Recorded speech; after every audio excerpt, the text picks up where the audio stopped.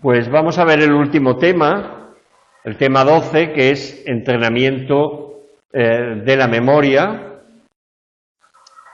Bueno, buenas tardes a todos y todas, los que estáis aquí, los que estáis en vuestra casa. La memoria, como cualquier habilidad o destreza, pues se puede mejorar con la práctica, por lo que puede ser sometido a entrenamiento tanto en personas sanas como en personas con déficit de memoria. Es importante que seamos capaces de diferenciar entre entrenamiento y rehabilitación. Entrenamiento es la potenciación, el fortalecimiento de la capacidad memorística de una persona sana. La rehabilitación es el restablecimiento de la capacidad memorística de una persona que ha sufrido un deterioro de esa memoria. Por tanto, es necesario establecer esa diferenciación entre lo que es entrenamiento y rehabilitación. Aquí, la autora del texto nos dice que el primer método para mejorar la memoria surgió 5 siglos antes de Cristo, ¿vale? Y fue presentado por el poeta y cónsul romano Cicerón, que en su obra de Oratore, pero que Cicerón no vivió 5 años antes de Cristo como aparece aquí, sino que Cicerón vivió del 106 al 43 antes de Cristo. Quien vivió 5 siglos antes de Cristo fue el que supuestamente creó este método, que era el poeta Simónides de Ceos. Y este método fue popularizado por los sofistas, ¿vale? Los sofistas eran una escuela filosófica que crearon la oratoria, el arte de persuadir a través de la palabra. Y ellos consideraron, y de hecho fueron los primeros profesores, el primer profesor fue Tales de Mileto, pero fueron los primeros preceptores de la clase dirigente. Es decir, la clase dirigente, cuando quería formar a sus hijos, buscaban a filósofos sofistas para que ellos le enseñaran todo lo que le tenían que enseñar, y entre ellos, saber tener capacidad de oratoria, ¿vale? Ellos consideraron que la memorización de discursos puede ser mucho más eficiente si somos capaces de asociar un fragmento del contenido con los lugares por donde vamos paseando tratando de memorizar aquello. De ahí que el método se llama método de los lugares. O bien asociar cada fragmento con un lugar del estrado donde tengo que dar el discurso. Es decir, a la introducción voy a mirar a la primera fila, una vez que haya hecho la introducción voy a mirar a la parte central, es decir, tratar de asociar fragmentos de contenido con imágenes visuales lo más reales posible, ¿vale? Ellos aconsejaban que los oradores pasearan y entonces, cuando se encontraran en un banco para sentarse, asociaran contenido con ese banco, cuando se encontraran una fuente, asociaran contenido con esa fuente, cuando se encontraran con una estatua de Afrodita, asociaran contenido con esa estatua, etcétera, etcétera. Por tanto, 5 siglos antes de Cristo ya hubo procedimientos, métodos para mejorar nuestra memoria. A la hora de evaluar la memoria se utilizan pruebas psicométricas con objeto de evaluar la capacidad que el sujeto tiene en los distintos tipos de memoria, ¿vale? Pero también se utilizan cuestionarios de quejas de memoria, como el que aparece aquí, el MFQ de Gillespie y colaboradores, en el que la propia persona valora los fallos y los olvidos de memoria que tiene. Y es verdad que los cuestionarios de queja de memoria son subjetivos, porque es el propio sujeto quien está informando, pero son muy eficaces a la hora de, primero, conocer cuál es la percepción que el sujeto tiene acerca de su memoria y después poder, en función de esos fallos que el sujeto dice manifestar de memoria, ver cómo planificar el entrenamiento o la rehabilitación de la memoria de esa persona. Pero además, dentro de la memoria hay pruebas objetivas. Es decir, ya no pruebas en las cuales el sujeto es quien informa, sino pruebas objetivas en las cuales se evalúa la capacidad memorística de la persona. Y una de las que aquí aparece es el test conductual de memoria River-Mead, ideado por Barbara Wilson y colaboradores en Oxford, en Inglaterra. Este es un test que en la página 510 hay un resumen acerca de él, que está compuesto por 10 apartados distintos. Se le pide a la persona que recuerde el nombre y apellido de una foto para evaluar cuál es la memoria asociativa que tiene. Antes de iniciar la sesión, el experimentador le dice: este vaso lo voy a poner en el quinto pupitre de la penúltima fila, ¿vale? Y después ya no se habla absolutamente nada de ello, y al finalizar, ¿dónde está el vaso? ¿Vale? A ver si recuerda dónde ha puesto el vaso. Recuerdo de una cita para evaluar la memoria prospectiva, y así sucesivamente toda una serie de pruebas.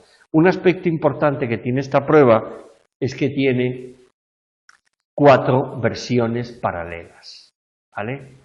Lo cual se puede evaluar la memoria pre-tratamiento, se puede evaluar la memoria post-tratamiento y se puede evaluar la memoria seguimiento después del tratamiento. Y como son paralelas, no son la misma versión, sino que son versiones paralelas, con lo cual el efecto de la prueba no existe, porque son pruebas distintas, aunque paralelas. Otra prueba objetiva para evaluar la memoria es la prueba de memoria ideada, o la batería de memoria ideada por Wechsler, que ya va por la 4ª versión. Las baterías más mundialmente utilizadas y que han mostrado una mayor fiabilidad y validez son las baterías de inteligencia de Wechsler, que hay 3 versiones. Hay una para preescolar, otra que se llama el WISC, que va desde 5 a 15 años, y otra se llama WISE, que W de Wechsler, que es para adultos, ¿vale? Ambas ya llevan la 4ª versión, es decir, que se van actualizando los contenidos a la situación en la que se vive.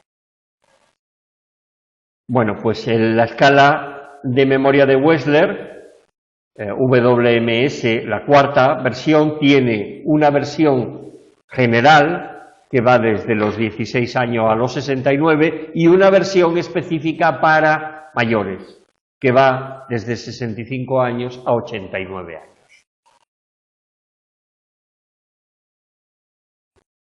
Bueno, a la hora de evaluar nuestra memoria, todos en mayor medida utilizamos ayudas externas. Utilizamos una agenda de papel, utilizamos una agenda electrónica, marcamos en el calendario días y ponemos lo que tenemos que hacer esos días.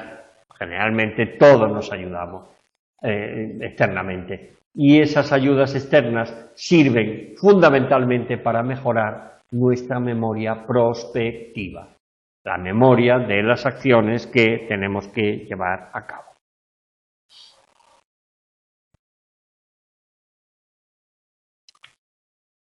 Estrategias y técnicas para mejorar la memoria.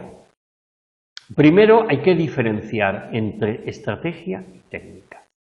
Estrategia son operaciones generales para mejorar globalmente la memoria. Y técnicas son procedimientos concretos que permiten retener contenidos en la memoria.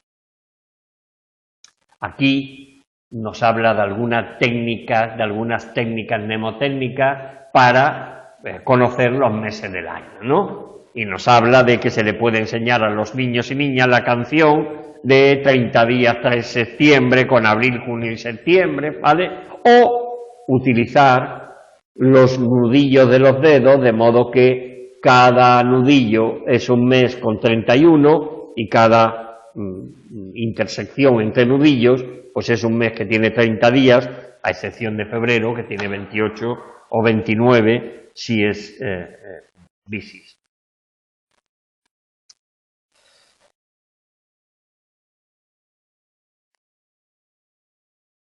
Estrategias visuales. Una de las estrategias que se han mostrado más eficaces para ayudar el recuerdo de una información es la estrategia visual, porque está sumamente verificado experimentalmente que nosotros retenemos con más facilidad aquello que hemos memorizado de un modo visual que no de un modo verbal o de un modo motor. Acordaos y acuérdate, Carla, tú, de los temas anteriores en el cual veíamos a Paídio, no sé si te acuerdas, que hay una foto en la cual un hincha de fútbol de un equipo se come una bota, ¿no? Está como comiéndose una bota, ¿vale? Seguro que ese seguidor del Aberdeen, el cual su equipo perdió la Copa de Irlanda por un penalti que falló su delantero, la imagen que tiene almacenada de comerse la bota, cómo ha podido fallar eso, hará que difícilmente se le olvide que su equipo perdió la Copa de Irlanda por ese penalti fallado. Mientras que si lo almacena únicamente en fechas, pues es muy probable que se pueda olvidar. Hay otro autor, que es Badley, que hace recomendaciones en la página 514 de lo importante que es el hecho de que codifiquemos la información visualmente. Y él dice, cuanto más extravagante sea una imagen, más distintiva va a ser y más fácilmente va a poder ser reconocida esa imagen. Cuanto más elaborada en cuanto a tiempo sea una imagen, más eficaz va a ser. Y cuando una imagen está enriquecida con otras informaciones visuales, imaginaos que tenemos la imagen de, qué sé, Carmen, ¿vale? Y tenemos almacenada la imagen de Carmen, pero asociada a Carmen tenemos asociado el olor de Chanel número 5, ¿vale? Y entonces, Carmen, la fusión de la imagen de la cara de Carmen con el olor del perfume que utilizaba hace que sea más fácil el poder evocar la imagen de Carmen. Y obviamente también dice que cuanto más clara y nítida sea la imagen, más fácil va a ser el recuperar esa información.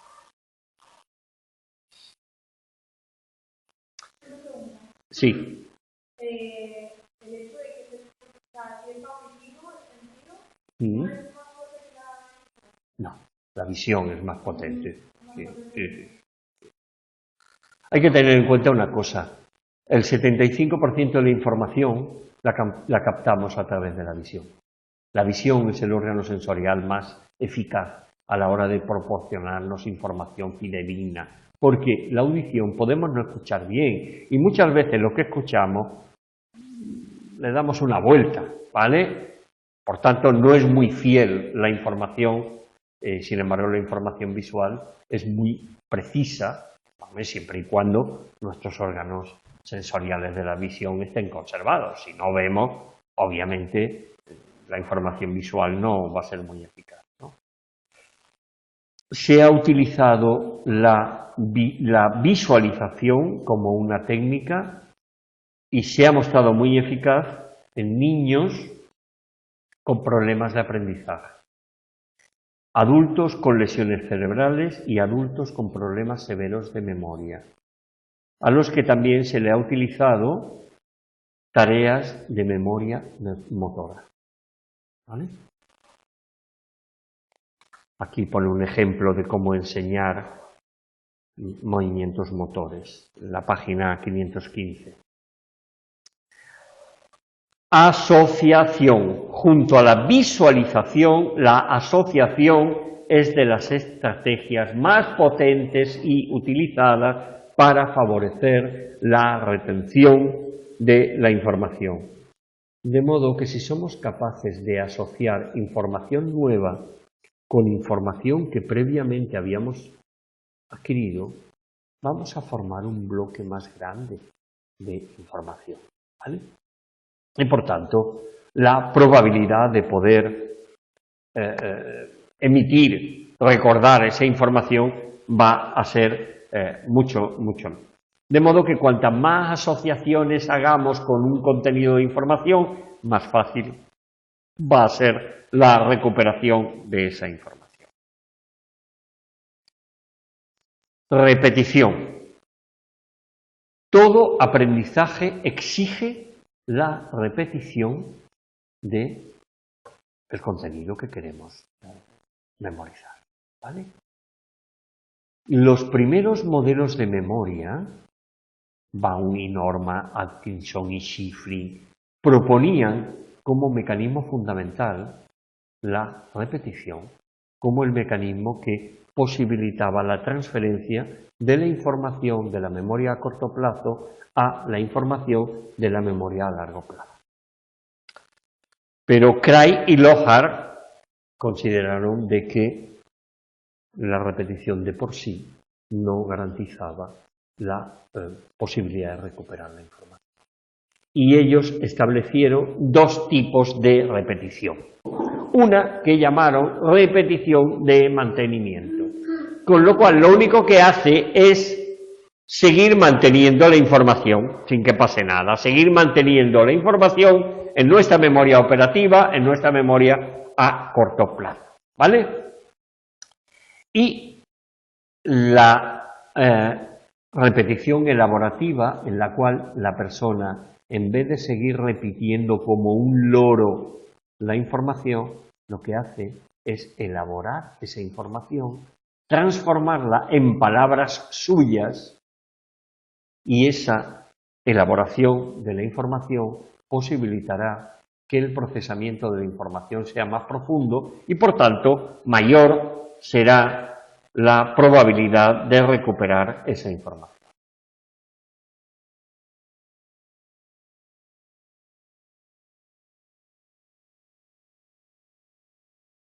Elaborar la información es transformar la información para acomodarla a nuestro propio lenguaje.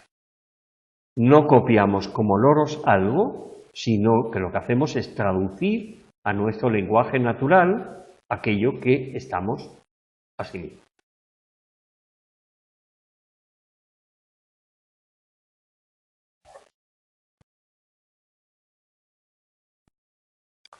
Estrategias de centralización. Estas estrategias lo que tratan de hacer es condensar la información con objeto de que sea más significativa para nosotros. Y esa condensación, es decir, más que sea más significativa, que sea más posible de asimilar a nosotros, porque se trata de condensar la información. Y para ello, para esas estrategias de centralización, utilizamos técnicas como el subrayado, hacer esquemas, hacer resúmenes, mapas conceptuales, Es decir, utilizamos técnicas distintas para lograr esa estrategia de centralización. La centralización tiene la ventaja de que es menor la cantidad de información que tenemos que asimilar. Por tanto, es menor el esfuerzo que conlleva el asimilar la información. Por tanto, reduce el esfuerzo a la hora de asimilar información.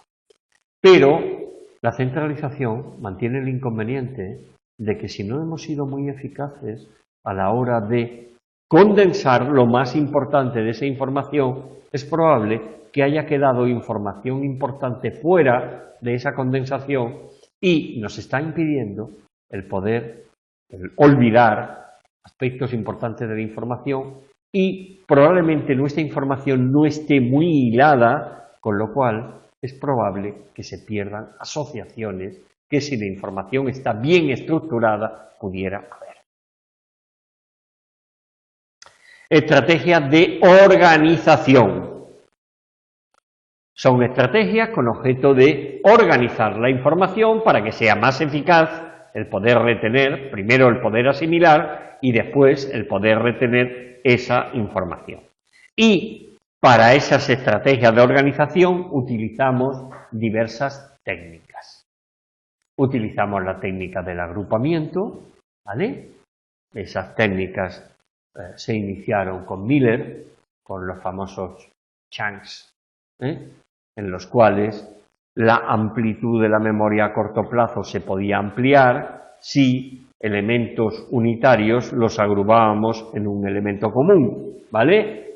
De modo que el prefijo de Baleares no es 9, un 7 y un 1, 3 bits de información, sino que es 971, con lo cual 971 es un solo bit de información, ¿vale? Ese es el agrupamiento. También la organización jerárquica.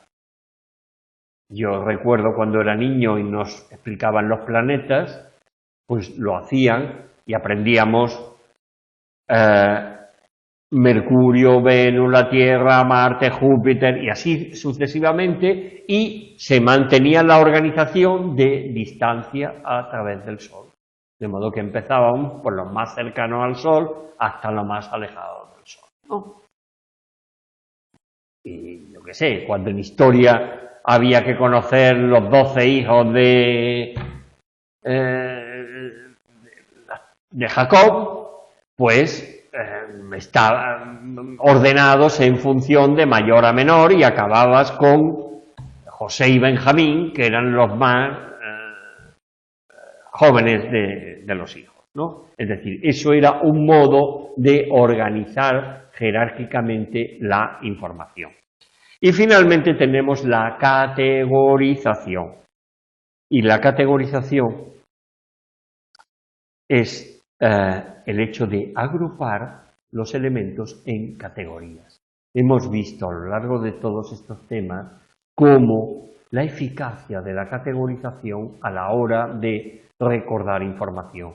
Cuanto más organizados están los estímulos en categorías, más eficaz es o somos a la hora de reproducir, a la hora de recordar o reconocer los estímulos.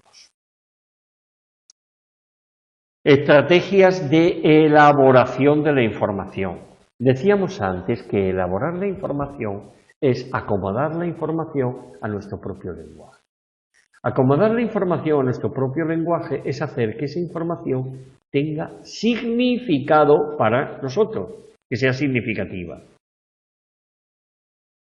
De modo que cuanto más elaborada esté una información, cuanta más relacionada esté esa información con otras informaciones que ya tenemos almacenadas, mayor será la elaboración de esa información, mayor será la profundidad del procesamiento de esa información y obviamente mayor será la retención y la recuperación de esa información.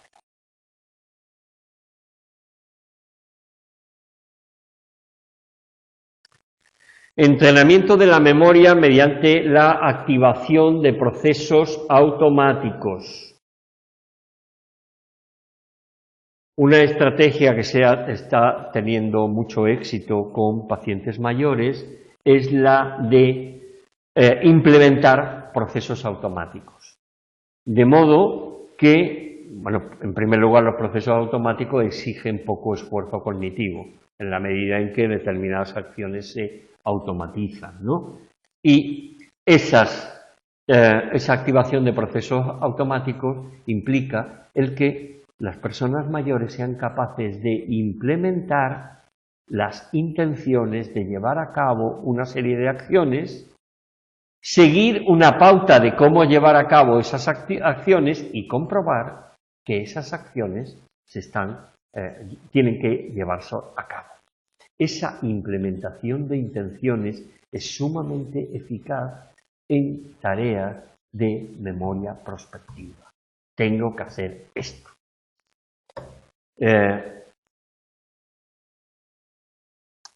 Imaginemos una persona mayor que por la mañana en el desayuno se tiene que tomar 4 pastillas, ¿vale? Entonces, la implementación de las acciones no basta con decir, mamá, te tienes que tomar las pastillas. Basta con crear una secuencia que se automatice, de modo que, mamá, en tu mesa, a la hora de estar el desayuno, va a estar la taza con el café con leche, va a estar la magdalena, va a estar el zumo que te tomas y no empiezas a desayunar hasta que no esté la caja con las pastillas que te tienes que tomar en el desayuno. De modo que es condición indispensable no empezar a desayunar hasta que no esté la cajita. Si te ha olvidado traerla, no pasa nada, tú te vas hacia el dormitorio o hacia donde la tengas y te traes la cajita. Una vez que la cajita está delante, podemos empezar a desayunar. Eso, un día, 2, una semana, 2 semanas costará esfuerzo. Pero una vez que se ha automatizado, asocia desayuno con la presencia de la cajita y las pastillas que se tiene que tomar. ¿Vale?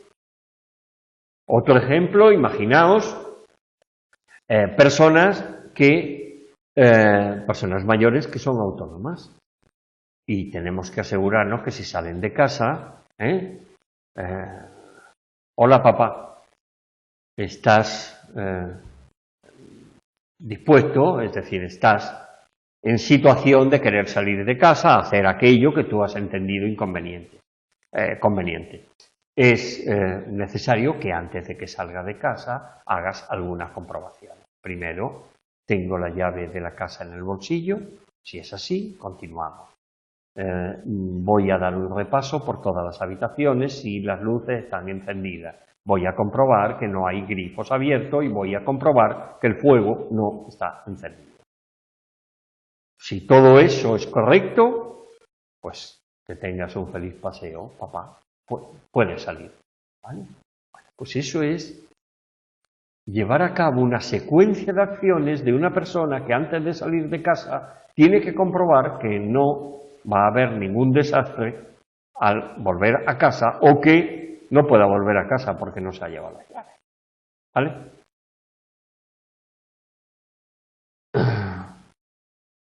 Bueno, este entrenamiento mediante la activación de procesos automáticos también se ha mostrado eficaz en pacientes que tienen lesiones en el lóbulo frontal o en pacientes amnésicos,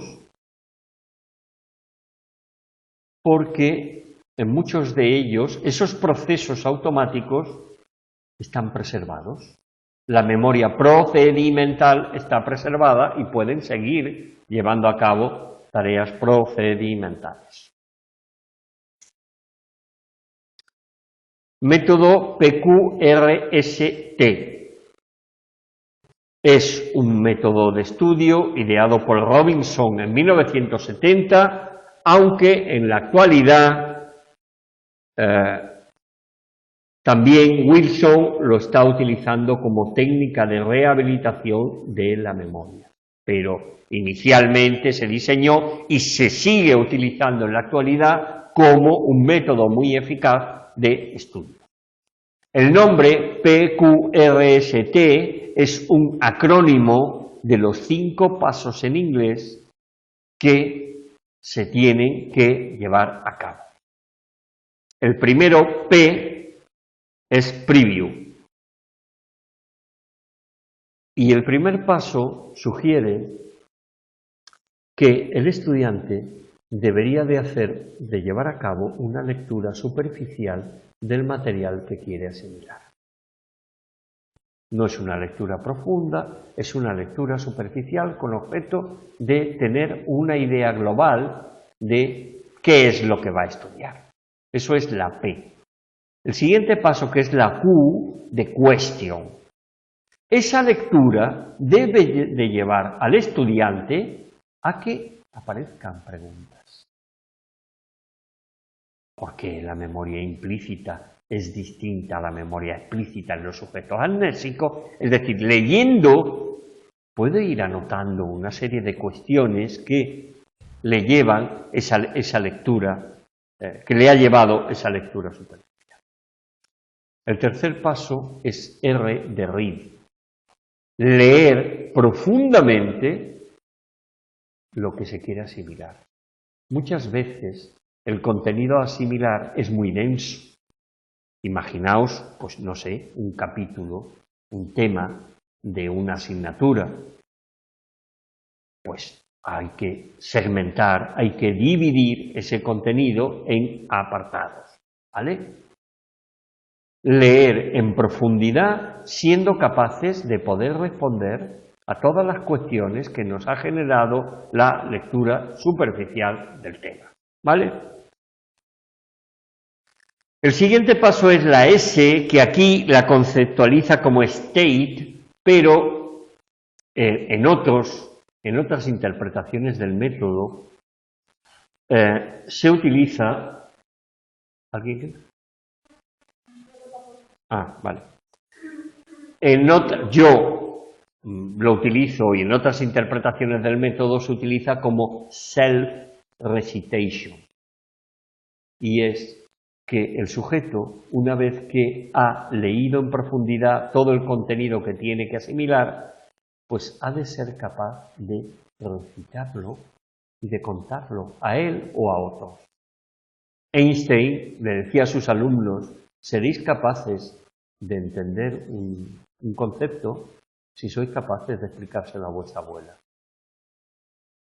Solamente si somos capaces de explicar algo a personas que pueden no tener nuestro nivel académico, es que somos capaces, hemos entendido el concepto. Por tanto, en esa fase, que es una fase que debería de ocupar el 60 o el 70% del tiempo, en esa fase el estudiante ha de orar, ¿vale? Orar no rezar, sino llevar a cabo un acto de oratoria en el cual manifieste, exprese los contenidos. Y ahí van a aparecer conceptos que no van a haber quedado suficientemente claros, ¿vale? Se aconseja, y yo aconsejo a las personas que me piden consejo sobre técnicas de estudio con ese método, es conveniente que la persona de ese contenido que tiene que asimilar, bien globalmente o bien por apartados, haga un resumen de él, con sus propias palabras, lo que hablábamos antes de una elaboración de la información. Y ese resumen, que ha de estar bien hecho para que no quede fuera información indispensable para la comprensión, ni ha de ser tan suficientemente amplio como todo el texto, es decir, hay que buscar un equilibrio entre lo que es realmente importante, ¿vale? Pues ese resumen es el que la persona ha de recitar y ver si es capaz de haber entendido todos y cada uno de los apartados de ese texto que tiene que asimilar, ¿vale? Y el último apartado es test. Y es que el sujeto, una vez aprendido ese contenido, tiene que ir periódicamente poniéndolo a prueba, porque sabemos que los contenidos memorizados con el simple paso del tiempo, pues se va perdiendo parte de esa información. Con lo cual, si el sujeto se pone a prueba, ve qué contenidos es necesario darle un repaso más, y eso pues es muy útil a la hora de preparar unos exámenes, de saber qué conceptos, qué contenidos no me están quedando suficientemente claros. ¿Por qué es efectivo este método? Pues por dos consideraciones importantes. Y es que ese método permite a los alumnos diferenciar entre una asimilación profunda de contenidos y la simple familiaridad. Un estudiante se lee un texto 3 veces y como ya le suenan los conceptos, cree que se lo sabe, cuando no es verdad.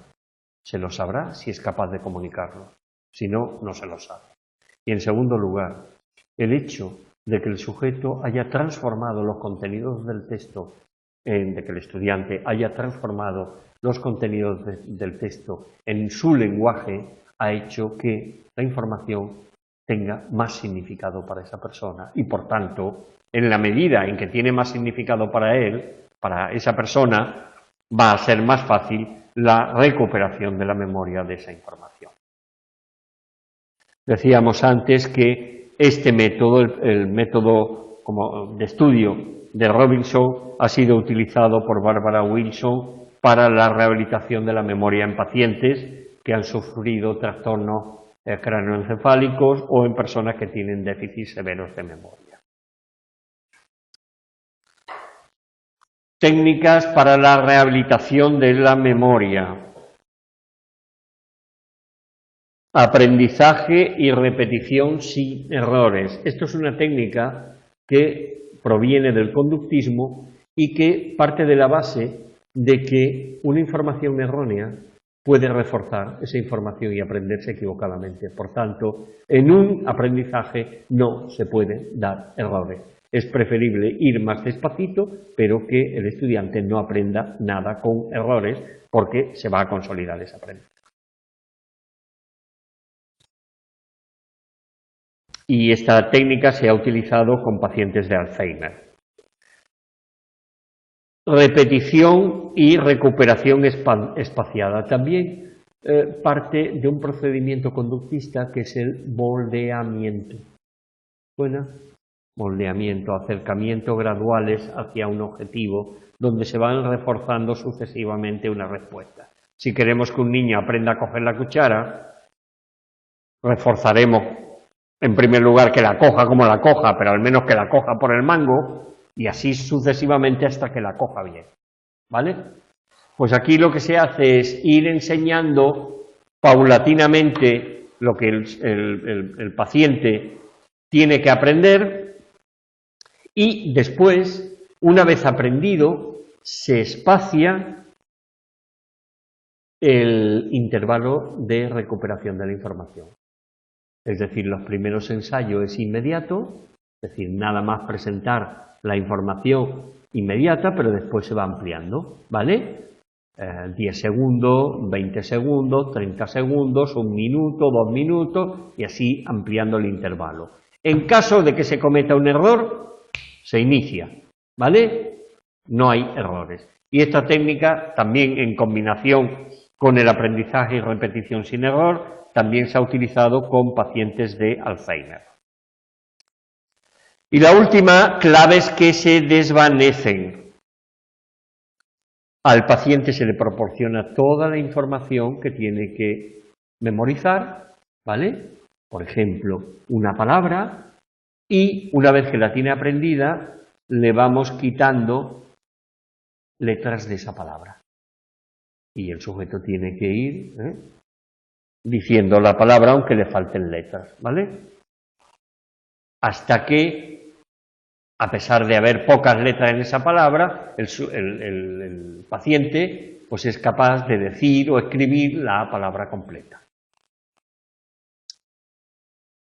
Bueno, aquí la autora en la página 524, la autora del texto, nos propone algunas recomendaciones sobre qué técnicas y estrategias utilizar, qué métodos y técnicas utilizar, ¿no? Bueno, eso, leerlo, habla de que es preferible una combinación de métodos que no un método aislado. Lo suyo es aprovecharse de las ventajas que cada una de las técnicas pues, pueda tener.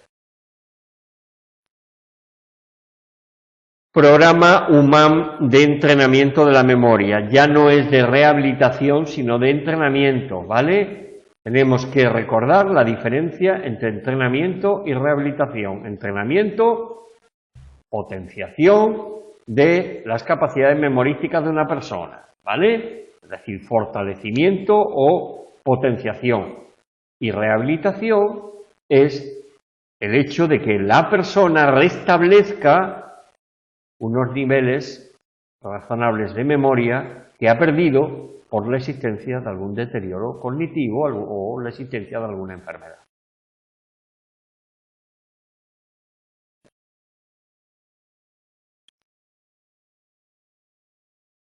Este programa UMAM de entrenamiento de la memoria se viene desarrollando desde 1994 por la unidad de memoria del Ayuntamiento de Madrid, utilizado con personas mayores de 65 años, en los cuales no solamente se centra en ayudarles a que resuelvan sus problemas de memoria en su vida cotidiana, sino que además son programas que le ayudan a las personas a mejorar su capacidad de atención, a mejorar su lenguaje y en general a tener una percepción de salud y de bienestar mayor de la que tienen las personas. Es decir, por tanto, a tratar de mejorar su calidad de vida.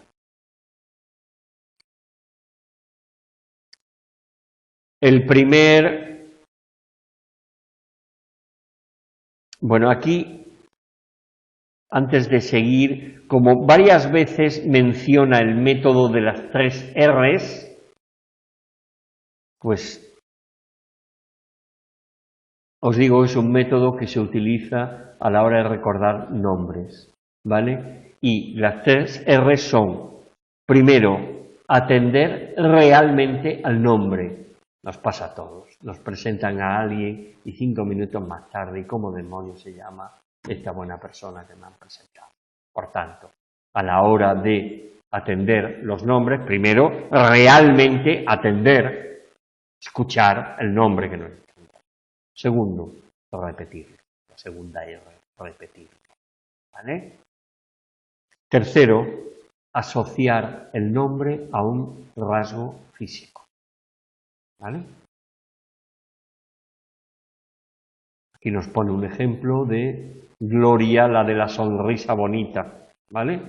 Pues entonces está asociado un nombre, Gloria, con una característica de Gloria, sonrisa bonita. Y es más fácil recuperar eso que no simplemente el nombre. Bueno, decía lo del método de las 3 R's porque lo repite varias veces a lo largo del texto. Dentro del programa UMAM, lo primero que se hace es un cribaje y es ver pues, qué personas realmente tienen un daño a nivel neurológico, un daño a nivel cognitivo y esas personas no entran en el programa, ¿vale? El programa es como entrenamiento a personas sanas que no tienen déficit, es decir, que no hay una deficiencia orgánica, ¿vale? Es decir, no hay personas que tengan un deterioro cognitivo manifiesto, ¿de acuerdo? Entonces, las personas que pasan esa criba y son consideradas como personas sanas pero con dificultades de memoria, entran en el programa y se mide la memoria de esas personas a través de distintos cuestionarios. Aquí aparece que también utilizan el test conductual de memoria River-Mills que habíamos visto de Wilson y otros tipos de cuestionarios. El entrenamiento se realiza en grupos de 14 o 15 personas y el programa se imparte en 11 sesiones, casi 3 meses, de hora y media por sesión.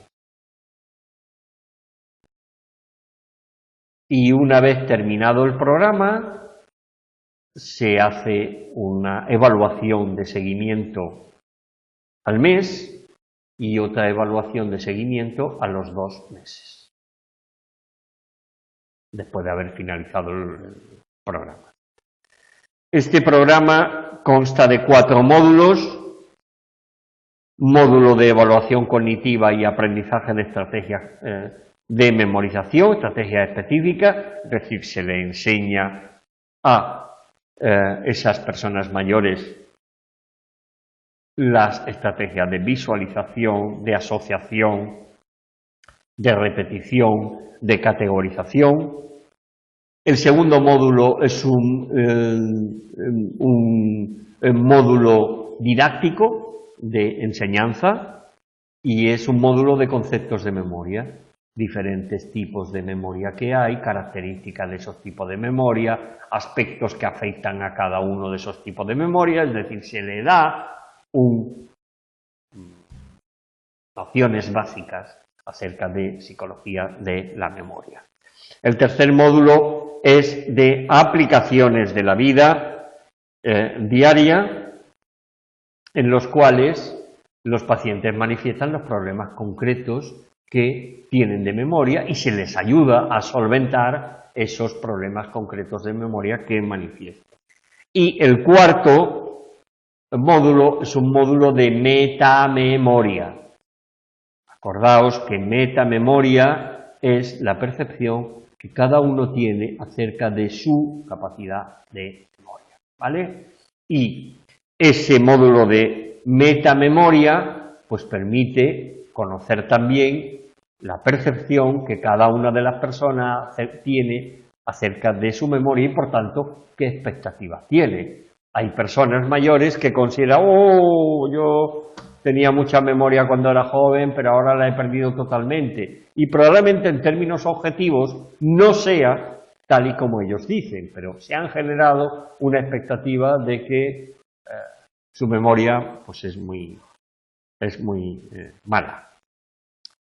Estudios que se han realizado, claro, algo que se ha venido implementando 23 años, pues ha dado lugar a estudios acerca de la eficacia del programa. Bueno, pues estudios han encontrado que una mejoría significativa en la memoria cotidiana de las personas que han pasado el programa, un incremento del estado de ánimo.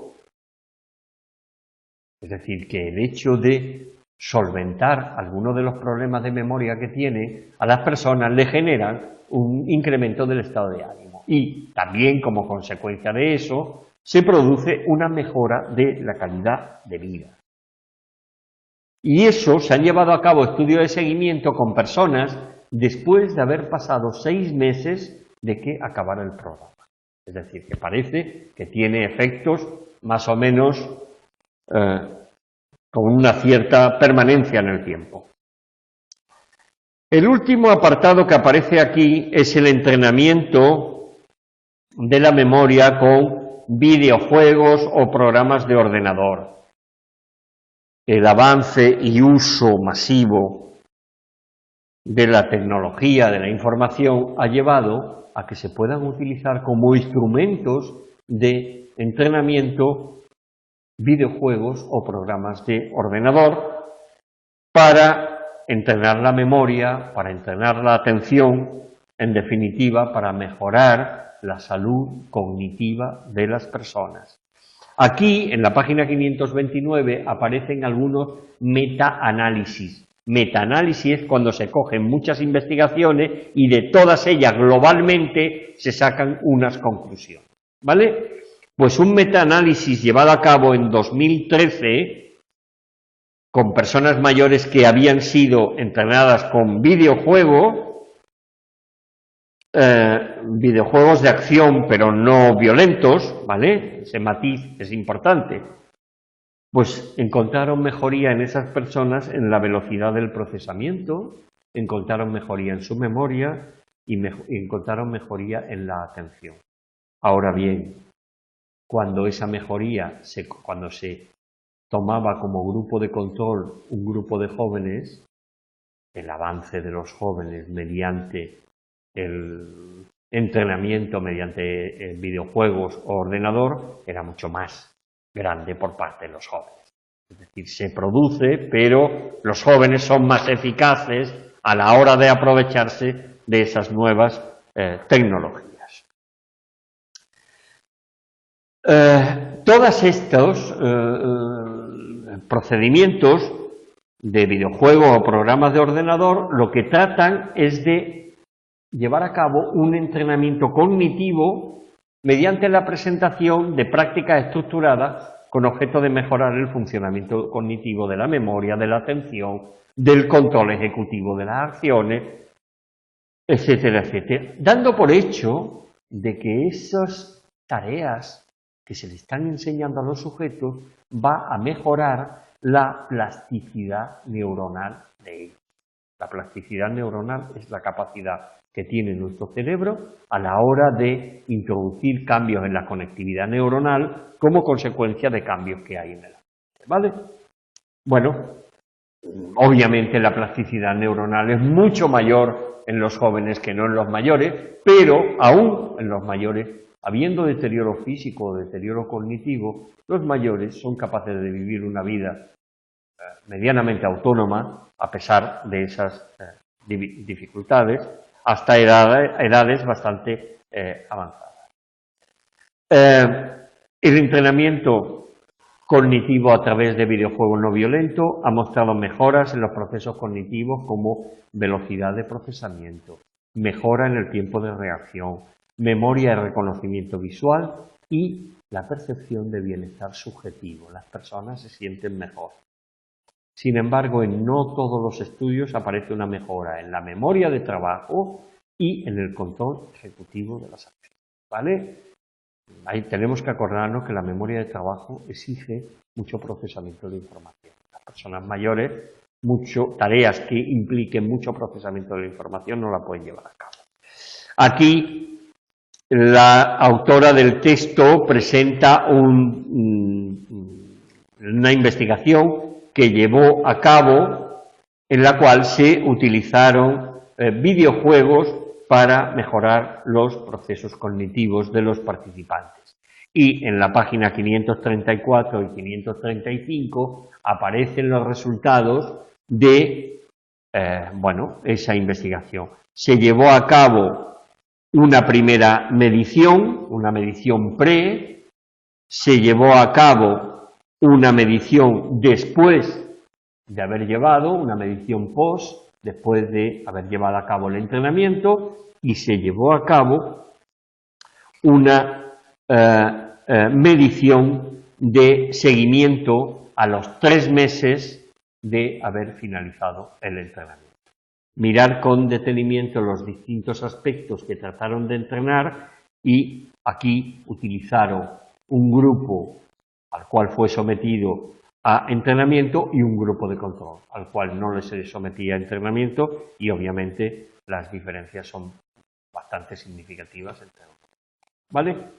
Bueno, lo dejamos aquí, hemos cumplido el objetivo de ver todo el temario que hay para psicología de la memoria y ahora ya solamente queda que todo el conocimiento que habéis adquirido pues permita el que podáis tener un examen fantástico cuando llegue la hora de que deis de sí todo lo que lleváis dentro. Por lo tanto, os deseo a todos que tengáis muchísima suerte en los exámenes.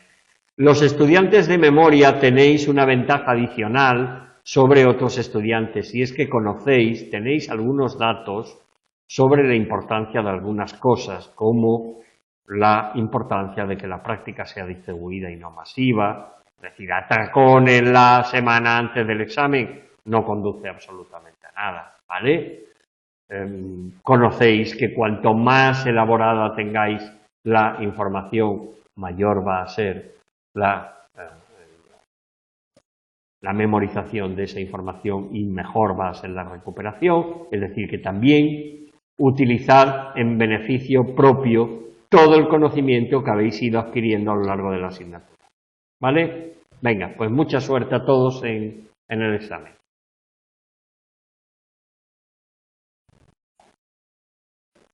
Y ahora.